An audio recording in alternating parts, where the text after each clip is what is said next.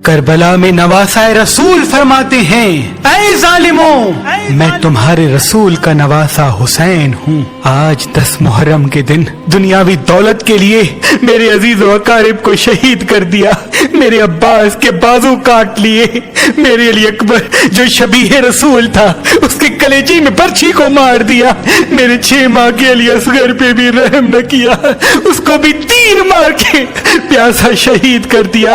آج میں اس زمین و آسمان کے بیچ میں یہ اعلان کرتا ہوں کہ اگر اللہ مجھے 1000 زندگیاں دیتا، 1000 اکبر دیتا، 1000 اصغر دیتا، تو میں سب اللہ کے دین پہ قربان کر دیتا، اور میرے خون کا ذرہ ذرہ اللہ کے دین کی گواہی دیتا رہتا۔ تاریخ نے لکھا، فوج یزید سب زور زور سے ہنس رہی ہے، امام حسین کے خطبے کا مذاق اڑا رہی ہے۔ اتنے میں عمر بن سعد کہتا ہے، حسین سے فردن فردن نہ لڑو کیونکہ یہ علی کا شیر ہے، اور میں نے حسین کی جنگ دیکھی ہوئی ہے، اس کربلا میں کوئی بھی حسین کو ہرا نہیں سکتا۔ 700 کا لشکر حسین کے دائیں طرف سے اور 700 کا لشکر حسین کے بائیں طرف سے اکٹھا حملہ کرے۔ تاریخ نے لکھا، علی کے شیر نے ایسے وار کیا کہ سب کے سب فنار ہو گئے، فوج یزید میں کوہرام برپا ہو گیا۔ جب یزید کے بڑے بڑے بہادر امام حسین کے ایک ہی وار سے فنار ہوتے تھے تو فوج یزید بھاگنا شروع ہو جاتی ہے۔ پھر عمر بن سعد کہتا ہے، اب لشکر سے حسین کو شہید کرنا ممکن نہیں، جاؤ خیموں کو آگ لگا دو۔ بس کچھ ظالم خیام کو آگ لگاتے ہیں اور کچھ ظالم امام حسین علیہ السلام سے دور جا کر دور سے تیر، نیزے اور برچھیاں پھینکتے ہیں۔ تاریخ نے لکھا، امام حسین کبھی خیام کی طرف جاتے ہیں، کبھی میدان کی طرف آتے ہیں۔ پھر عمر بن سعد کہتا ہے، جس کے ہاتھ میں جو جو چیز ہے وہ حسین کو مار دے۔ جس کے پاس نیزے تھے اس نے نیزے مارے، جس کے پاس تلواریں تھی وہ دور سے تلواریں مارتا رہا، جس کے پاس تیر تھے وہ امام حسین کا نشانہ لے کے تیر مارتا رہا۔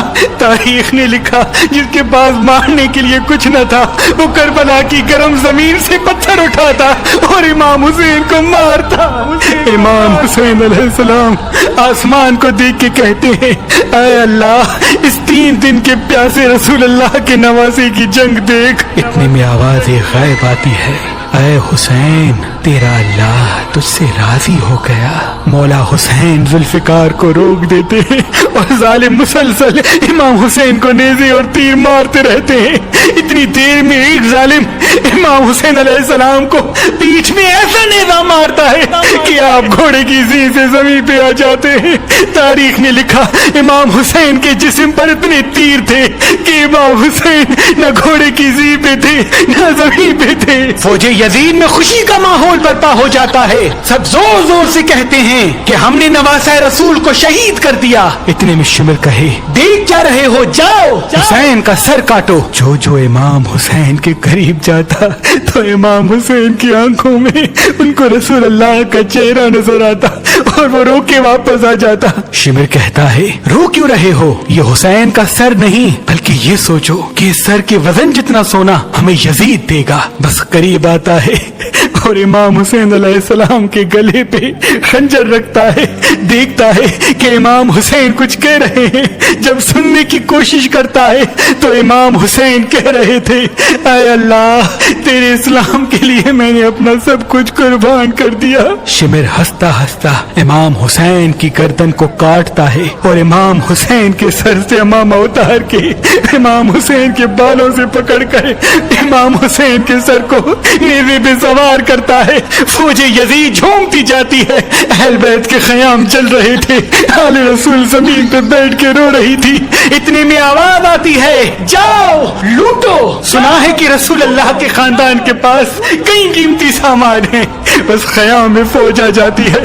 کوئی رسول اللہ کا امامہ لے کے جاتا ہے، کوئی مولا علی کی تلوار لے کے جاتا ہے، کوئی بیویوں کے سروں سے چادریں چھین لیتا ہے، کوئی بی بی سکینہ کے کانوں سے بالیاں کھینچ لیتا ہے۔ اتنے میں آسمان رونے لگا، زمین تڑپنے لگی۔ امام سجاد نے جب دیکھا کہ زمین اپنی جگہ چھوڑ رہی ہے، آسمان پھٹنا چاہتا ہے، تو آپ نے سجدے میں سر رکھا اور اللہ کا شکر کرنا شروع کر دیا کہ اے اللہ، تیرا شکر ہے کہ تو نے آسمان پیدا کیا، اے اللہ تیرا شکر ہے کہ تو نے زمین کو بچھایا، اے اللہ اپنی نعمتوں کو تمام نہ کرنا، ان